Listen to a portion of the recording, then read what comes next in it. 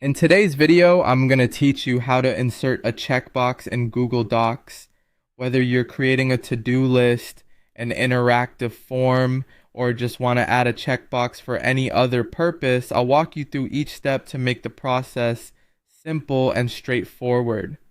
First, let's begin by opening Google Docs. Head over to your web browser and navigate to the Google Docs homepage. You'll need to be logged into your Google account to access your documents.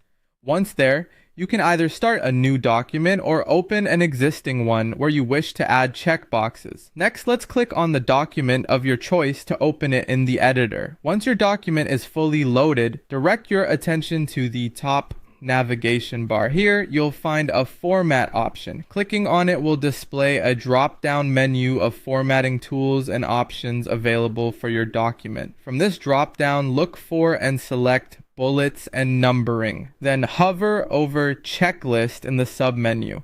This option allows you to add an interactive checkbox directly into your document.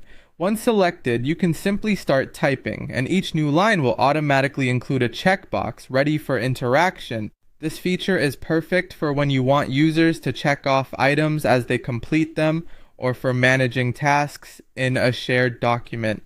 Alternatively, if you're looking to insert a static, non-interactive checkbox, you can do that too. Begin by clicking on the Insert menu in the top navigation bar. From here, direct yourself to Symbols. Within this section, select Special Characters. This opens a new window where you can browse through an extensive list of characters and symbols. In the search bar within this window, type check. This will filter the available symbols to those related to check marks and boxes. Find the checkbox that suits your needs and click on it to insert it into your document. This method is particularly useful if you want a visual representation of a checkbox without any interactive features.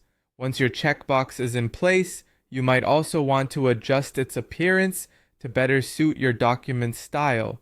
You can click on the checkbox and use the highlight tool from your toolbar to change its background color, providing a more vibrant or subtle look based on your preference.